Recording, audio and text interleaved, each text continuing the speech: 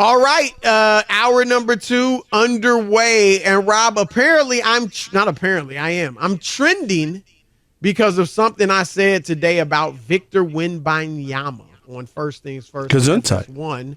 But anyway, here's what the basis of our discussion about Big Vic was on First Things First, and you and I are going to take it from there. But Adrian Wojnarowski, the NBA insider for ESPN, had some astounding quotes from or regarding what NBA executives are saying about Wembanyama, who's going to be the number 1 pick. He's going to go to the Spurs. And here's what Woj said. Yeah, I got it here, guys. So Woj said during the broadcast before the lottery was officially drawn, quote, about Wembanyama, "This is the most highly anticipated player to ever enter the NBA, and this is maybe not only the greatest prospect in NBA history, maybe the greatest prospect in the history of team sports." But wait, it gets better, because he added later on in the broadcast that there are executives around the league who believe Wembanyama could be the NBA's best player on offense and defense by the end of his 3rd season. That is about as high a praise as you can get. And here's what I'm saying, Rob, with this type of, now, there have only been a few players. The reason he's probably not the most hyped, at least in terms of buzz, in the public, is just because he plays in France. If he was an American-born kid and he was this good, Rob, I mean, he'd be the most hyped player ever. There's no question about it, right? I agree. And because people haven't seen him, and right. It's hard to make those claims when you haven't seen anybody. It just is. But what he's saying from these scouts and these executives, and obviously those of us who follow the NBA closely, have been hearing a ton about him. I've been reading a ton about him, watching some of his film and all that tape. And the only players you can say, and granted, just because of the time that they lived in or even entered the league in, they weren't as hyped because, now there's social media and all that. But really, Kareem Abdul-Jabbar, maybe, I guess, if you throw in Wilt Chamberlain, LeBron James, that's about it. And maybe, Bird and Magic, we can throw them in, Rob. They're coming off that huge college game, you remember? Most watched, most watched basketball game. Certainly most watched college basketball game in history, but maybe the most watched basketball game, period, in history in 1979 NCAA championships, Indiana State with Larry Bird, Michigan State with Magic Johnson. Those are the only guys you can really compare this to. And, Rob, I'm saying this. Now, again, I haven't seen him up close and personal. I'm going off the hype. I mean, again, I've seen film, videos, all that. But I'm going largely off the hype. If he's Hakeem Olajuwon, if he's Anthony Davis, that's a disappointment. Mm-hmm. He has to have, with this type of hype, he has to have a LeBron James, Michael Jordan, Kareem Abdul-Jabbar, Magic Johnson, Larry Bird career. That's how I'm seeing it. No half-stepping. No half-stepping. I mean, 7'5", can do everything. Inside, outside. Now, this is going to trip people out. He's only shooting 27% from 3 over there. But, Rob, he in the Euro League, I've been over there.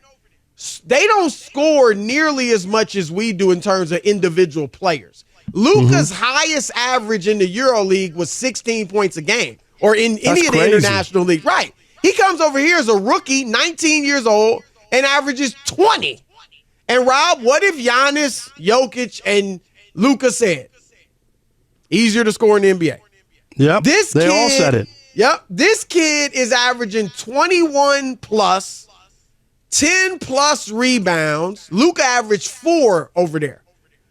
And 3 blocks a game. He's about to be named, what most people are saying, the MVP of the highest league in France. And so I'm just saying, based on all the hype, Rob, that's who. Oh, let me throw one more in. Tim Duncan. Because Duncan, as you always point out, Rob, won 5. He was 5-1 in the finals. You cannot poo-poo that. If this kid wins 5 championships, he did it. He lived up to the hype. Right. So those are LeBron, Jordan, Magic, Bird, Tim Duncan, Kareem. That type of career is what I'm expecting, assuming he stays healthy. I'm not mad at you. Am I tripping? Thank you. No, I'm not mad at you for expecting big things.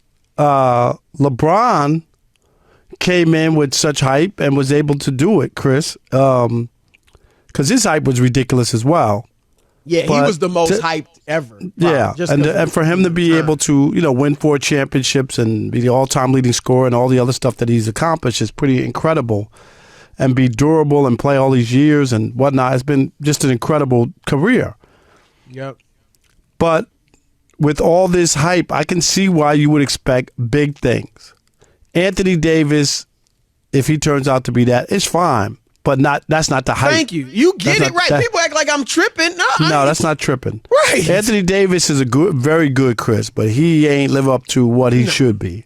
And that would be if Victor, say his name again. Wembanyama. Wembanyama. I'll get it. Just call there. him Big Vic until you master it. Right. But if Big Vic, Chris, is underneath like an AD or whatever, it will be disappointing because they are ranting and raving like it's something we've never seen before. Right. That's the billing that he's gotten. Remember you remember obviously the movie He Got Game, Spike Lee. And, Ray Allen was Jesus Shuttlesworth, the high school prodigy and all that. And in the movie, you had all these pro players, talking about him. Oh, Jesus is this, Jesus is that, talking about Jesus Shuttlesworth. And I'm sitting there going, obviously covering, I can't remember when the movie came out, but I think I was covering the NBA at the time. And I'm like, man, come on. Ain't no pros talking about somebody like that. This was before LeBron. Even LeBron, I mean, you heard dudes saying he's gonna be nice or this or that, but not like that. But Rob, with Victor Wembanyama, it's actually happening. Rob G, you were NBA players. Did LeBron call him an alien? Yes, he did. Right. And he was wearing a hat with an alien on it during the draft lottery.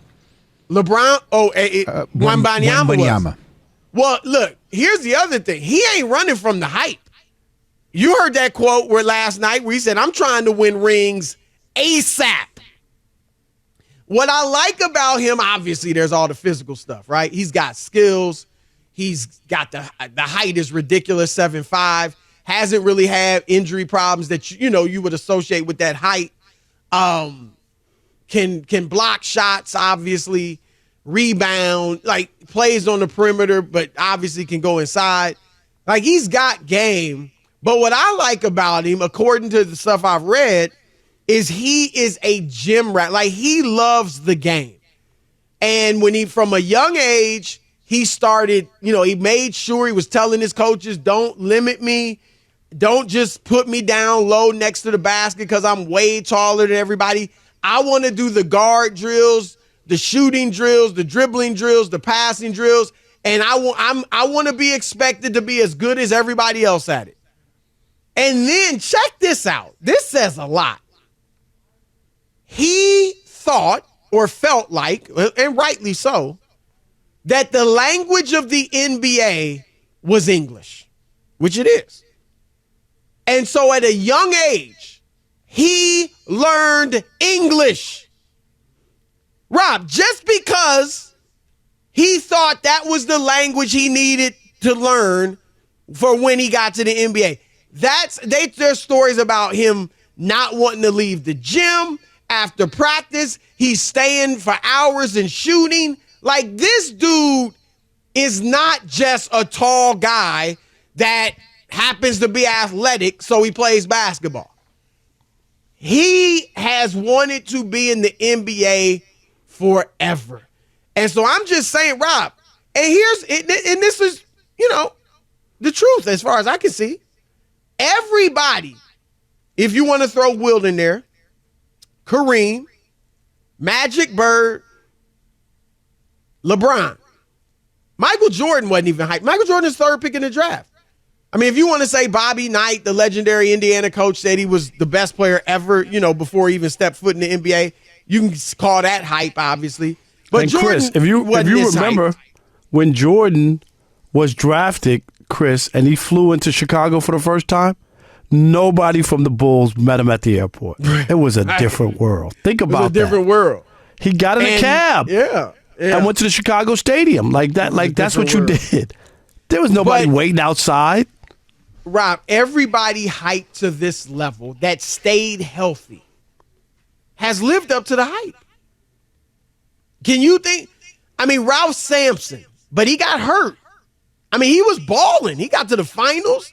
He was putting up 20 and 10 before he got hurt. And then injuries derail him. But Kareem, LeBron, Wilt, I don't think Russell was this hype, but if you want to throw him in there, Rob, they've all lived up to it. So I'm expecting big things. And here's the other thing, Rob. I think he's in the perfect situation for him.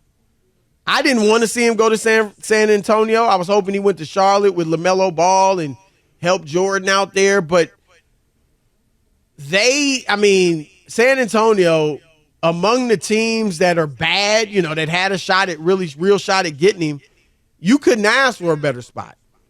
Great front office. I don't think Greg Popovich is going to retire now. Great coaching staff. Has had superstars. Has had international superstars. Has had French superstars. Boris Diaw, Tony Parker. The Spurs are a big team in France because of those two guys. Like, the support system is going to be great for him. He's being set up to succeed, and I really hope he does because at least from what I see right now, Rob, we haven't seen anything like this. This kid No, I mean, for all the hype, Chris, I understand why people are saying, well, if he has a Hall of Fame career, you're going to be disappointed. Well, they're not just talking about him being a Hall of Famer. Like him being the best player who ever played because he can do so many things, both ends of the floor, Chris. Shoot from the perimeter, score on the inside. What can he do? Right. And at 7'5", I mean, it's just mind-boggling. So I do get what you're saying here.